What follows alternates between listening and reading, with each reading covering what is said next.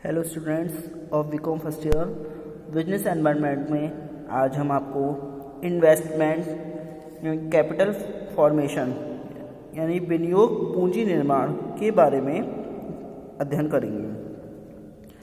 किसी भी अर्थव्यवस्था में विनियोग आय, उत्पादन एवं रोजगार निर्धारण में बहुत ही महत्वपूर्ण भूमिका निभाता है। विनियोग का उच्च स्तर उत्पादित क्षमता को बढ़ाता है तथा कुल मांग एवं कुल पूर्ति में वृद्धि करता है, जिसके परिणामस्वरूप अर्थव्यवस्था को पूर्ण रोजगार एवं दीर्घकालीन विकास के उद्देश्यों की प्राप्ति होती है। मीनिंग ऑफ इन्वेस्टमेंट यानी कि विनियोग का अर्थ। साधारण बोलचाल की भाषा में विनियोग का अर्थ है उन शेयरों, स्टॉक, ऋण पत्रों तथा प्रतिभूतियों को खरीदना जो पहले से स्टॉक बाजार में विद्यमान हो। परंतु कीन्स ने विनियोग शब्द का प्रयोग इस अर्थ में नहीं किया है। कीन्स के अनुसार एक व्यक्ति दो प्रकार का विनियोग कर सकता है। फर्स्ट, फाइनेंशियल इन्वेस्टमेंट यानी कि वित्तीय विनियोग, अर्थात पुराने भंडारों एवं शेयरों को खरीदना। तथा सेकंड पॉइंट, रियल इन्वेस्टमेंट, वास्तविक विनियोग, अर्थात नए भंडार, शेयर इत्यादि खरीदना अथवा नए कारखाने, इमारतें, पुल इत्यादि बनाना।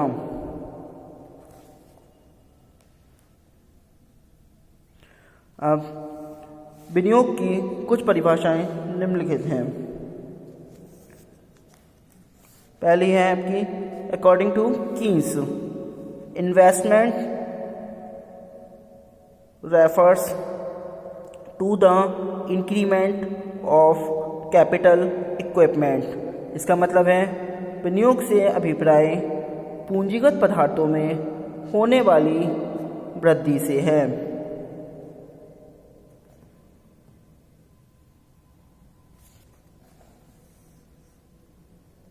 इससे पहले सुन लीजिए। कीन्स के अनुसार विनियोग ने फलस्वरूप मुद्रा का केवल एक व्यक्ति से दूसरे व्यक्ति की ओर हस्तांतरण होता है। रोजगार में कोई वृद्धि नहीं होती। वह विनियोग जिसके परिणाम स्वरूप साधनों की मांग तथा रोजगार में वृद्धि होती है, वास्तविक विनियोग कहलाता है।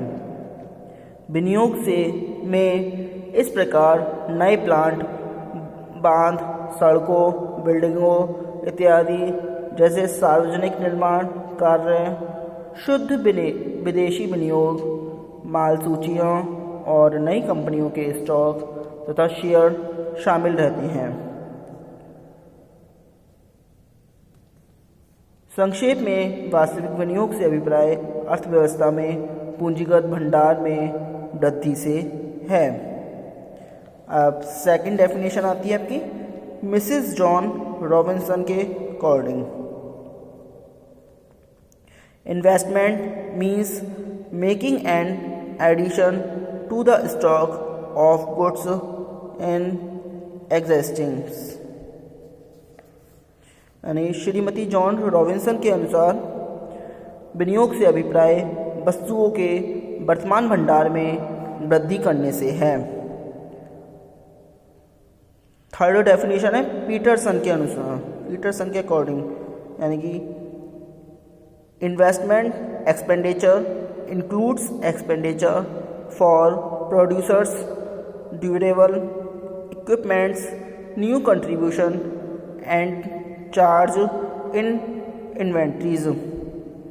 यानी पीटरसन के अनुसार है विनियोग खर्च का अर्थ उत्पादकों के चिरस्थायी पदार्थ, नई इमारतों तथा पदार्थों के भंडार में परिवर्तन से है। अगली डेफिनेशन है स्टोनियर एंड हैक के according, by investment we do not mean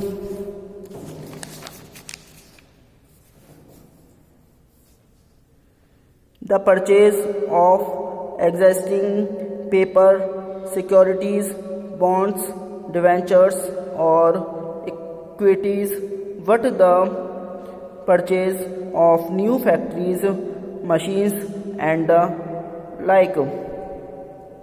यानी स्टोनियर तथा हैक के अनुसार विनियोग से हमारा अभिप्राय चालू प्रतिभूतियों, बॉन्डों, हिस्सों को खरीदने से नहीं है, वरन इससे हमारा अभिप्राय नई फैक्ट्रियों, मशीनों आदि के खरीदने से है। अब आता है आपका relation between saving and investment capital formation, यानी बचत तथा विनियोग में संबंध पूंजी निर्माण। इसके बारे में सुन लीजिए। बचत आय का वह भाग है जो मशीनों, औजारों, उपकरणों आदि का उत्पादन करने में लगाया जाता है, विनियोग कहलाता है। इस प्रकार बचत और विनियोग दो संबंधित प्रक्रियाएं हैं। जब देश में बचत की दर में वृद्धि होती है तो विनियोग की दर में भी वृद्धि होती है। जब विनियोग करने से पूंजीगत साधनों में वृद्धि होती है तो पूंजी निर्माण होता है। अब आता है आपके main sources of capital formation, यानी पूंजी निर्माण के मुख्य स्रोत। इसके स्रोत दो हैं। नंबर फर्स्ट घरेलू साधन या स्रोत, और सेकंड है विदेशी साधन का स्रोत। फर्स्ट सुन लीजिए, डोमेस्टिक सोर्सेज। घरेलू साधनों में बचत पूंजी निर्माण का सबसे महत्वपूर्ण स्रोत है। जैसा कि हम पहचान कर चुके हैं, घरेलू बचतों में निम्नलिखित बचतें शामिल रहती हैं। Number first household sector saving, यानी परिवार क्षेत्र की बचतें। Number second corporate sector saving, निगमित क्षेत्र की बचतें। Number third government public sector saving, यानी सरकारी या सार्वजनिक क्षेत्र की बचतें। सेकंड पॉइंट आता है आपका फॉरेन सोर्सेज, विदेशी साधन। निवेश के विदेशी साधनों का निम्नलिखित ढंग से वर्गीकरण किया जा सकता है। Number first net foreign liabilities, यानी कि शुद्ध विदेशी दायित्व। इनमें निम्न मदे शामिल हैं, जैसे दे रखा पहले प्लस में प्लस, फिर नंबर ए भारतीय सरकार द्वारा विदेशों से लिए गए ऋण। Number B J B plus में विदेशियों द्वारा भारत में किया गया निवेश। Number C A B plus में कंपनियों तथा परिवार क्षेत्र द्वारा विदेशों से लिए गए ऋण व जमा। अब आता है घटाएं। नंबर डी सरकार, परिवार क्षेत्र व कंपनियों द्वारा वापस किया गया विदेशी ऋण। ई जे माइनस में विदेशियों द्वारा वापस लिया गया निवेश। अब सेकंड पॉइंट आता है नेट फॉरेन असेट्स, शुद्ध विदेशी संपत्तियाँ। इनका अनुमान निम्न प्रकार से लगाया जाता है। नंबर ए प्लस में भारत का विदेशी विनिमय कोष, और number B J B plus में भारत द्वारा विदेशों को दिए गए कर्जे। नंबर सी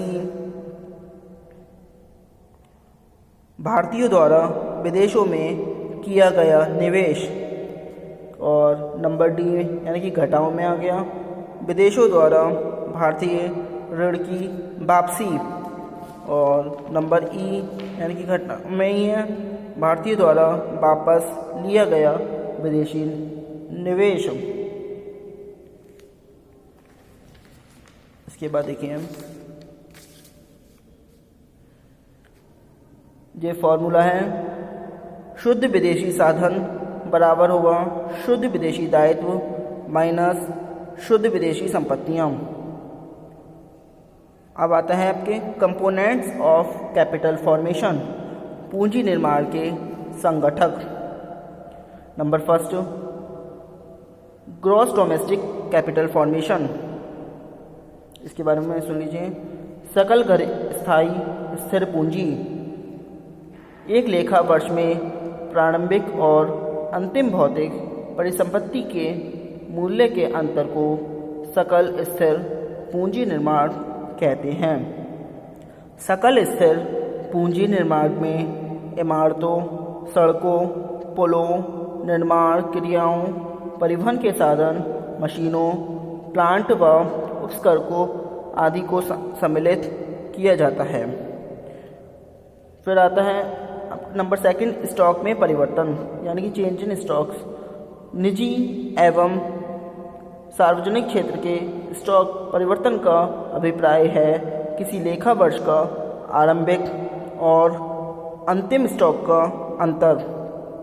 स्टॉक में कच्चा माल, अर्धनिर्मित माल या मध्यवर्ती वस्तुएं एवं अंतिम वस्तुएं सम्मिलित की जाती हैं। अतः सूत्र के रूप में पहला सूत्र है सकल घरेलू पूंजी निर्माण ब्रैकेट में GDCPF बराबर सकल घरेलू स्थिर पूंजी निर्माण प्लस स्टॉक में परिवर्तन।